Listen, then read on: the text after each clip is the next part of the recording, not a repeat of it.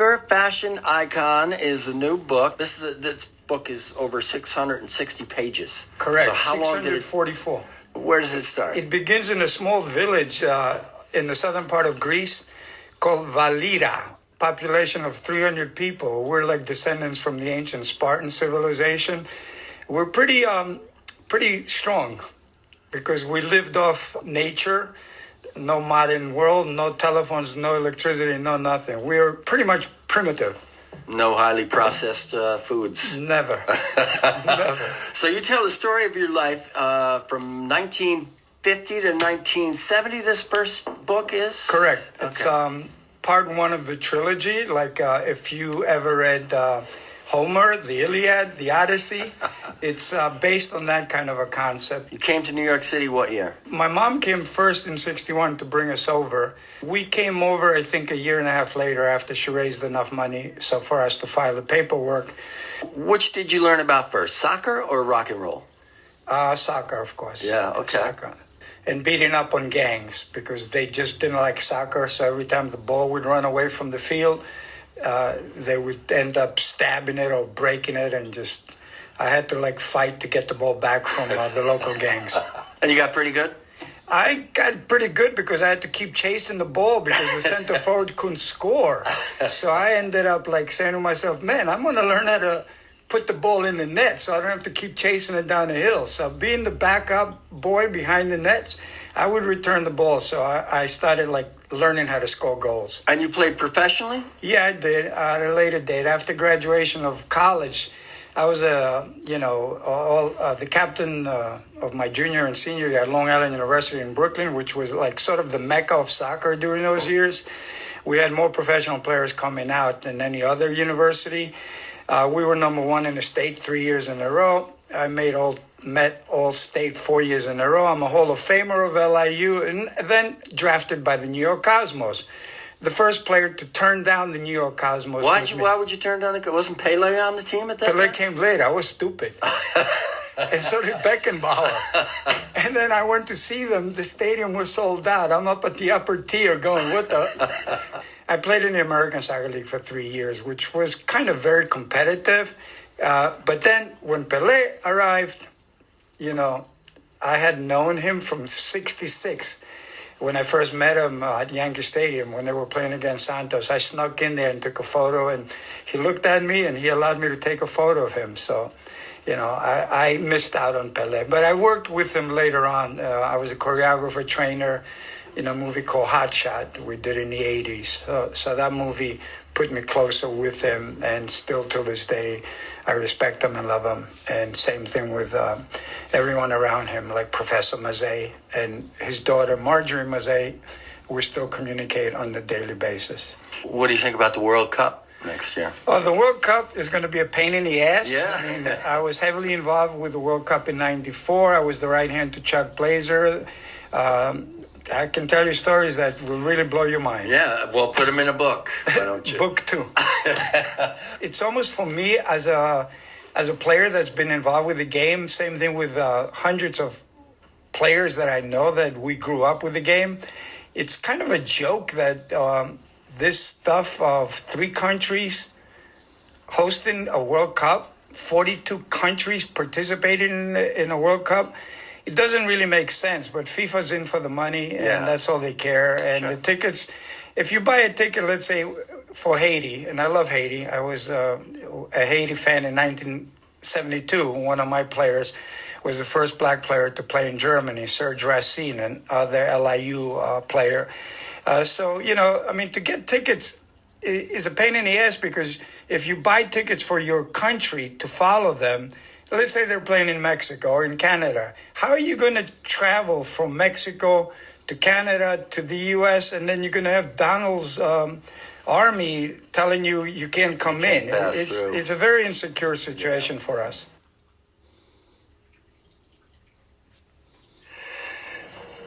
Soccer Fashion Icon is the book, John Stavros, and the book launches today at Kingston Pop Museum.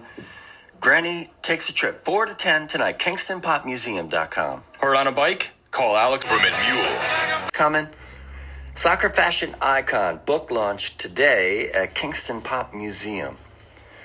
20 degrees coming. Soccer fashion icon is the new book. The book launches today at the Kingston Pop Museum, starting at 4 o'clock and going till 10.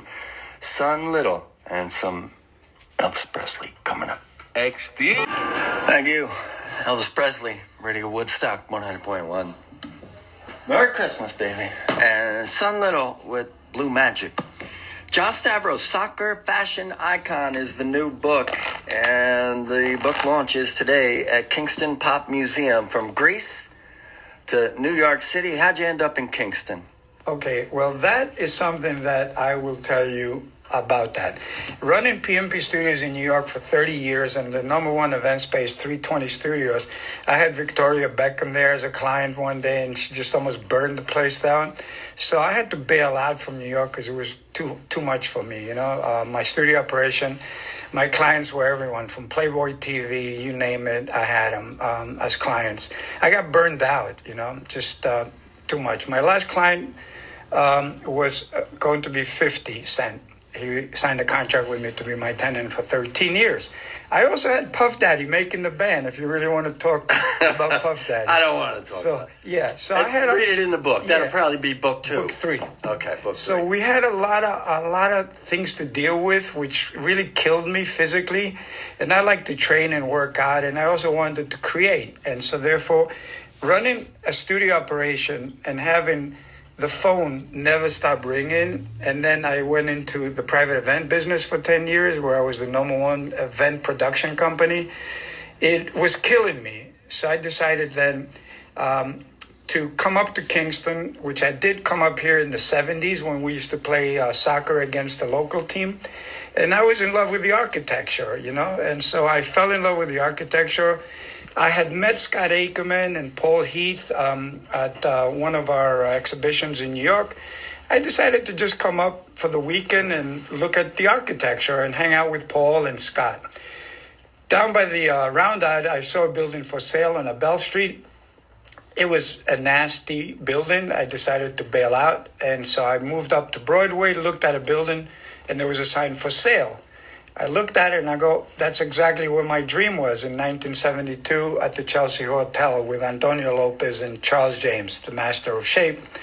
That our dream was to find a building, build apartments upstairs, have the gallery and a basement to store all our historical stuff, teach kids and people how to be great artists, great musicians, designers, whatever your field was, we would help you through the mentorship. So I decided then that this was the perfect building. I found out, I called the realtor hooked me up with Shane Gallo, the mayor. Next thing is, Shane goes, what do you want to do? I said, I want to open up Kingston Pop Museum. He goes, you're going to sell pot? I go, no. It's a pop museum, dude. It's all about, you know, art from the 60s. I'm a pop culture. So that's how we came about to build Kingston Pop Museum. Radio Woodstock 100.1. John Stavros, the book is Soccer Fashion Icon. This book takes us up to 1970, so it includes a little bit of the rock and roll part of your early life in New York City. Tell me about Led Zeppelin. Oh, well, before Led Zeppelin, there was Jimi Hendrix in 68. I was 18 years old then, Newtown High School. Gene Klein was just beginning to kind of form and kind of think about Kiss, the band Kiss. Yeah. And then, of course, there was a little Italian guy, Johnny Gonzalo, Yeah. which used to be a baseball player, that he always looked up to me because I was tougher than he was. And I was also, you know, captain of like 4 teams at Newtown High School. So we went together doing some naughty, bad things, like all those kids during those years. We went to see Jimi Hendrix, Janis Joplin, and the Chambers Brothers at the Singer Bowl, which was a Howard Stein presentation. That's a really amazing chapter because it takes you in how the tickets were sold and what a hassle it was. So all of a sudden we're in there, psychedelic stuff were happening, and then out comes the Chambers Brothers. Until this day, I still remember the cowbell. Yeah. Time. Tick, then the shit started kicking in, you know? And then after That we're going, whoa, we're rolling back. We're getting closer to try to go backstage. We're two little kids. Then all of a sudden, the stage goes crazy. This monster, wasted, by the name of Janis Joplin, hits the stage. And we go, oh man, that chick can sing. And then the psychedelics kick in even more. And then all of a sudden, we look at that stage and three guys come up on stage. And we couldn't figure out what they were.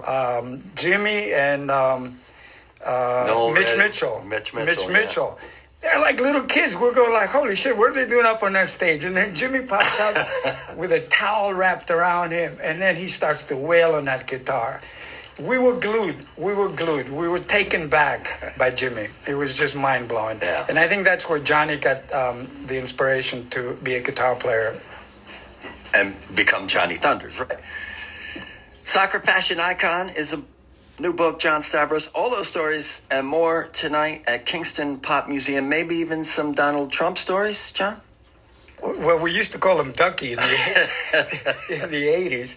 I had to deal with him many times in the elevator because, my partner way back in time, Chuck Blazer, General Secretary of CONCACAF, I grew up with him. In fact, he's in book one where he saved us from the police in Flushing Meadow Park when we as immigrants were being chased out from Flushing Meadow Park, playing soccer pickup games using garbage cans. And so therefore the hippie chicks that were at the concerts would come over and like love us athletic kids. And one day the police started chasing us and Chuck Blazer came into the picture where, he was like a little chubby Jewish kid from Forest Hills. And he had a pop shop where he would sell a lot of pop-up things. And so he pretty much came into the picture. Later on, he became the general secretary of CONCACAF. Duck, he lived upstairs in the penthouse, and Chuck occupied 4 or 5 floors. So we would always bump into the hallways. But there was other stories of Donald when we were building the Andy Warhol factory. And during those years, I was pretty much heavy into fashion and partnering with powerful people in the fashion, music, and entertainment business. He always wanted to be accepted in society.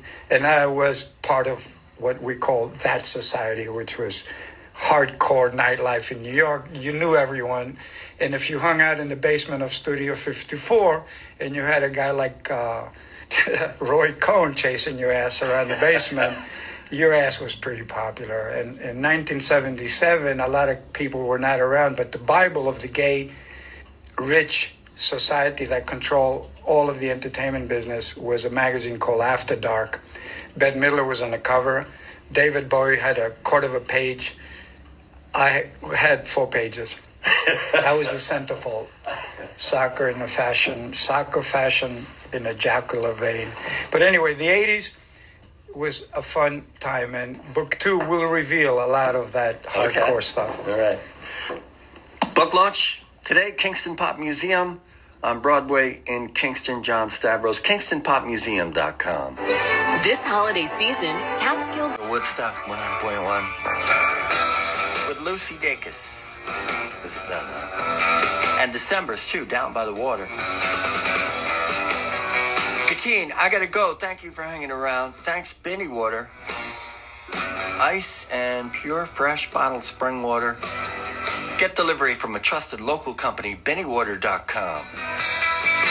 Thanks, Minetti and Minetti. If you're heard on a bike, call Alex and Mike at 845-6000000, Minetti.law. Asia's coming right up with the 10 to 10. I'll see you next week. Spread out, spread love.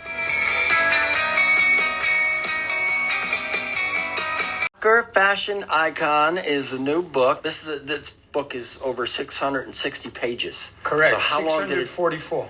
Where does it start? It begins in a small village in the southern part of Greece called Valira. Population of 300 people. We're like descendants from the ancient Spartan civilization. We're pretty strong because we lived off nature. No modern world, no telephones, no electricity, no nothing. We're pretty much primitive. No highly processed foods. Never. Never. So you tell the story of your life from 19 1950 to 1970, this first book is?